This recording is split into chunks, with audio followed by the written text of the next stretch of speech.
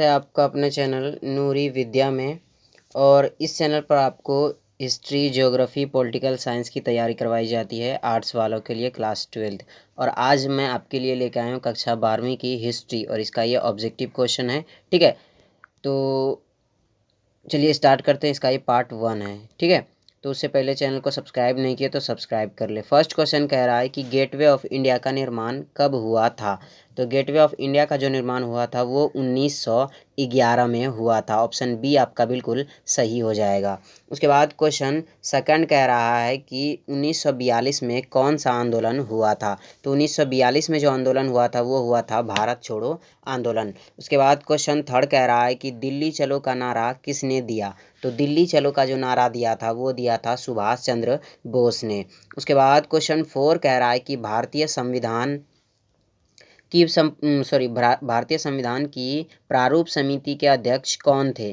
तो भारतीय संविधान के प्रारूप समिति के जो अध्यक्ष थे वो थे डॉक्टर भीमराव अंबेडकर। उसके बाद क्वेश्चन 5 कह रहा है कि भारतीय संविधान के अनुसार संप्रभुता निहित है। किसमें निहित है। तो संविधान में निहित है। ऑप्शन डी आपका बिल्कुल सही हो जाएगा। उसके बाद क्वेश्चन 6 कह रहा है कि मुस्लिम लीग की स्थापना किस वर्ष हुई थी। तो मुस्लिम लीग की जो स्थापना हुई थी वो हुई थी 1906 में, यानी कि ऑप्शन बी आपका बिल्कुल सही हो जाएगा। उसके बाद क्वेश्चन 7 कह रहा है कि जलियांवाला बाग हत्याकांड किस वर्ष हुआ। तो जलियांवाला बाग हत्याकांड जो हुआ था वो हुआ था 1919 में। पूरा डेट की बात करें तो 13 अप्रैल 1919 को हुआ था जलियांवाला बाग हत्याकांड। उसके बाद क्वेश्चन 8 कह रहा है कि दांडी किस राज्य में स्थित है। तो दांडी जो स्थित है वो है गुजरात में, यानी कि ऑप्शन सी आपका बिल्कुल सही हो जाएगा।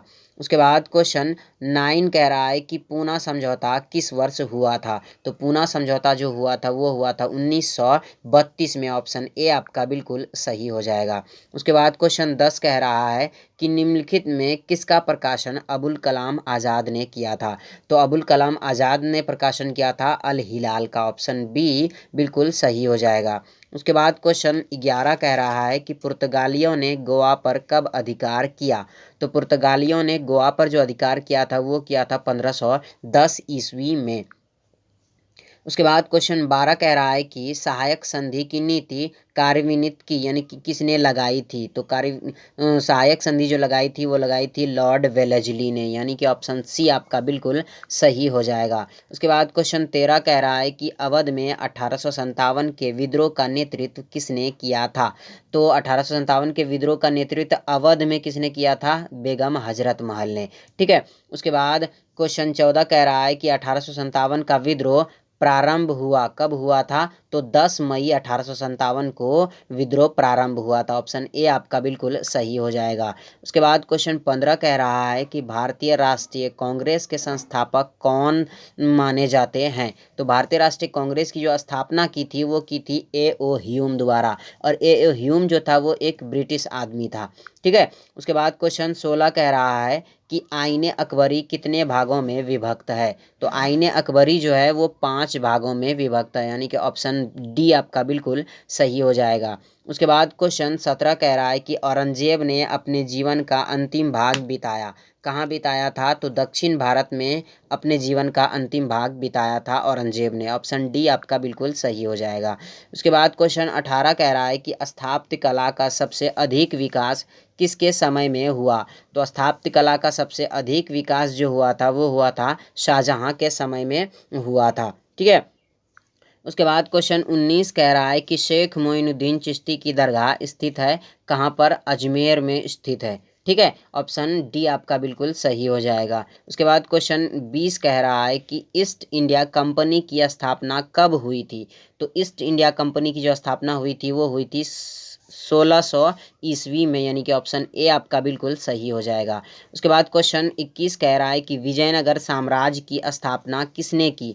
तो विजयनगर साम्राज्य की जो स्थापना की थी वो की थी हरिहर और बुक्का ने। ठीक है, हरिहर और बुक्का जो था ये दोनों भाई थे। ठीक है, तो ऑप्शन ए आपका बिल्कुल सही हो जाएगा। उसके बाद क्वेश्चन 22 कह रहा है कि उत्तर भारत में भक्ति आंदोलन का आरंभ किस संत ने किया था।